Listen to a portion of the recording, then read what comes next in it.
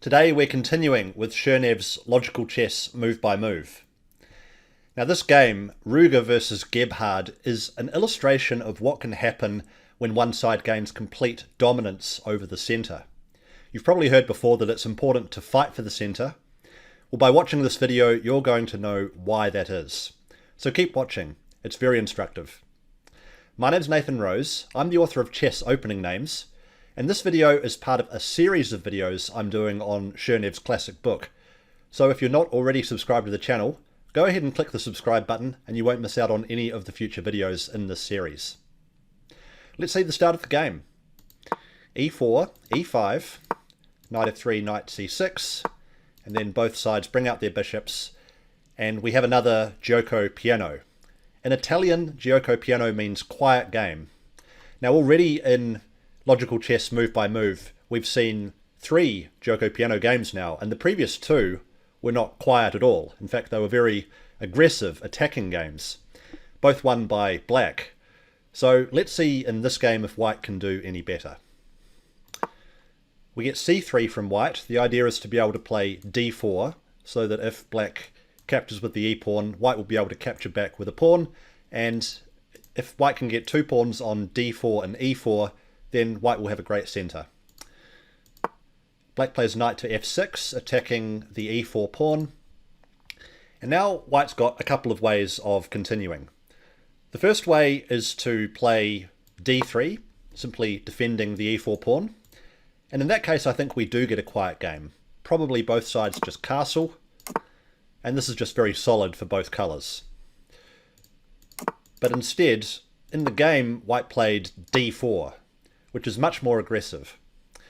Now if black retreats the bishop, then white can win material by simply capturing on e5. And it's worth pointing out that black cannot take the pawn on e4 in return because of a thematic tactic which every player who plays the Italian game or the gioco piano should know. Queen to d5 with 2 threats. One threat is checkmate on f7, and the other threat is to take the knight on e4. Black has to defend the checkmate, and after that white picks up a piece and should go on to win the game. So that's why instead after d4 black did take on d4, white takes back, and white does have this centre that we mentioned before, and now black plays bishop to b4 check.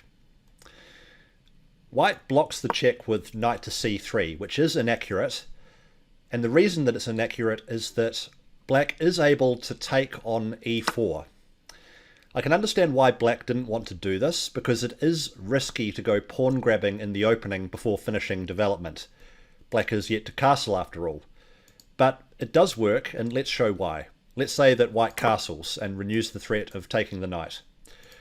Well, then if black takes and white takes back, black needs to find the move d5 here, so answering the threat on the black bishop with a threat on the white bishop. Black should definitely not get greedy and take another pawn, a move which is very tempting by the way, because not only does it grab another pawn, but it also threatens the rook in the corner. But actually white can ignore this threat. White can play bishop to a3, cutting across the dark squares towards black's king, and if black is greedy again, well, it's soon going to be game over because rook to e1 is terminal. Black can't play king to f8 because of the bishop, so black has to block the e-file with the knight, but then after this check, black really has to give up the queen, and of course, in a position like this, black can justifiably resign. If you're enjoying this video so far, do me a favour and drop a like down below. It'll help this video reach a greater audience. But let's get back to the game, because after knight to c3, black did not capture on e4, and instead black castled their king, which is very understandable, wanting to get the king safe before going pawn grabbing, but this allows white the ability to push on in the centre with d5. Now in the book, Chernev said that there was nothing better than the move that black played in the game, which is knight to e7. But actually that's not true.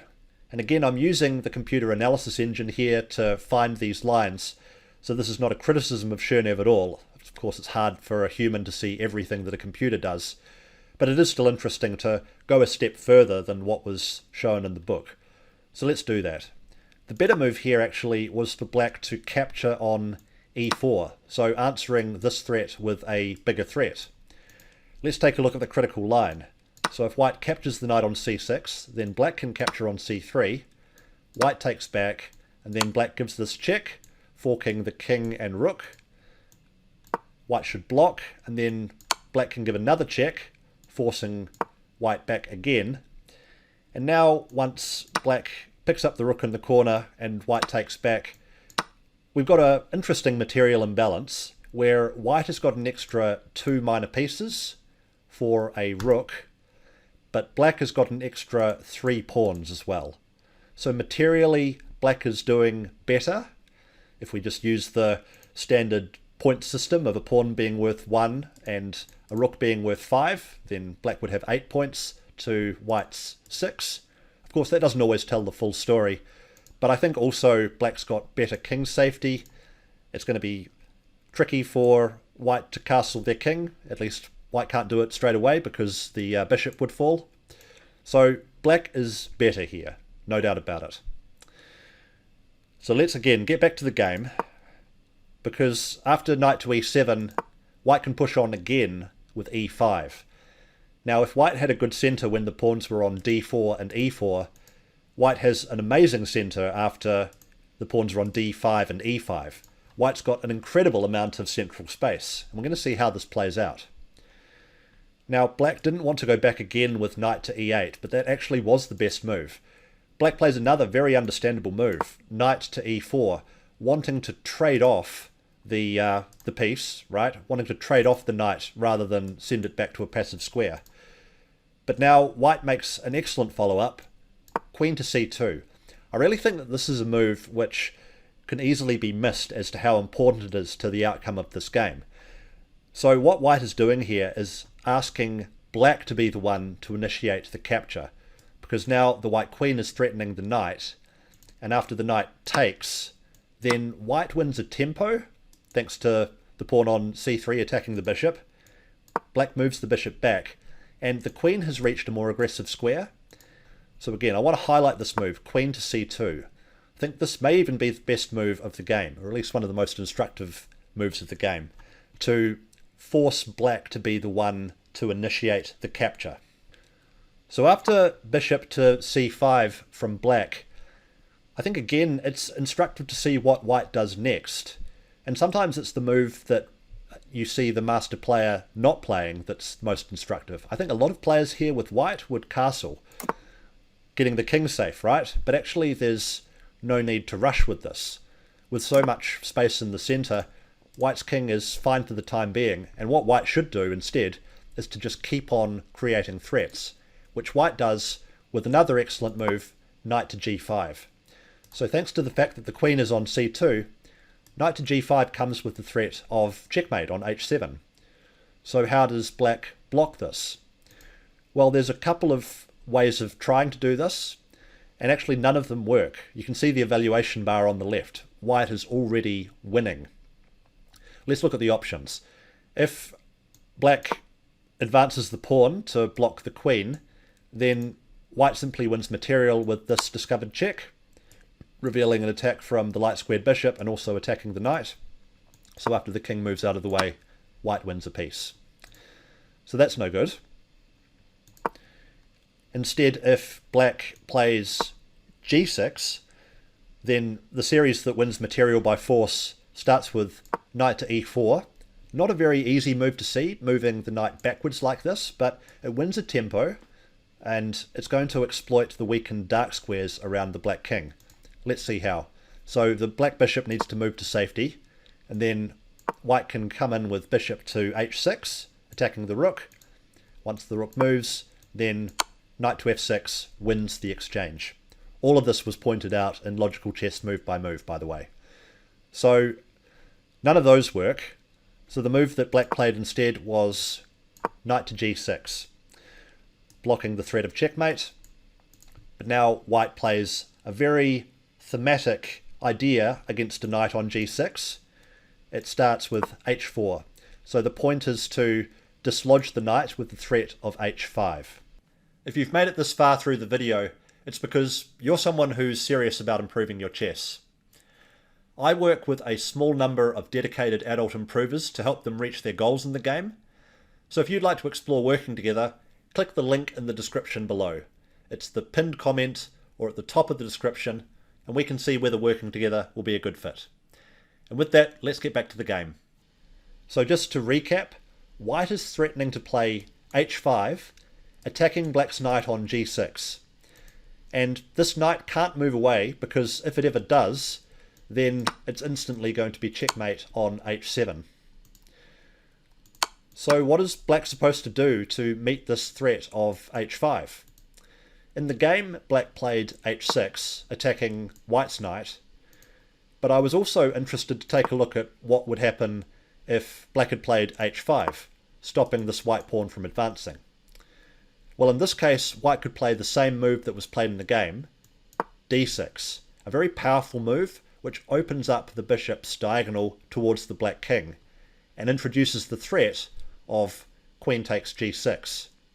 Queen takes g6 and the f-pawn can't take back because of the pin from the light-squared bishop. And what can black do to meet this threat of queen takes g6? The knight still can't move away for the same reason, checkmate on h7. And you can't defend with a move like queen to f6 because white has so much dominance over the centre. The f6 square is controlled by a white pawn. So black really doesn't have a lot of choice here. You could try moving the king away to break the pin so that queen takes g6 no longer works. But in this case, white could take on f7, introducing all the same threats. If black takes the bishop, then knight takes f7 check is simplest, and I think we can leave the analysis there. White is just going to win the black queen. So let's go back to the game. h6 was played, and let's take a look at what white does next, because I think it's very interesting that white doesn't retreat the knight here. The knight is threatened, but he doesn't move it back. It's on a great square here, so white instead plays d6 anyway, giving up the knight. Black takes the knight, and white recaptures with the pawn to open up the h-file for the benefit of the white rook. This will become important in a second. So for the moment, black is up a piece, but black can't maintain that because the knight still can't move. Again, if the knight moves, it's checkmate on h7, this time supported by the rook. So black tries to make an escape square for the king with rook to e8, which also introduces a threat. The threat is rook takes e5 check, but white isn't bothered. White isn't bothered by one check. White simply captures on g6. Black gives the check, but after king to f1, there's no stopping all of the threats that white's got coming in. There's threats of capturing on f7, there's threats of coming in with check on h7. It's just too much, and black resigned.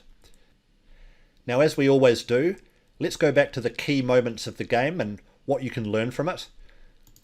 After black castled, white was able to gain an incredible amount of space in the centre with d5, followed by e5.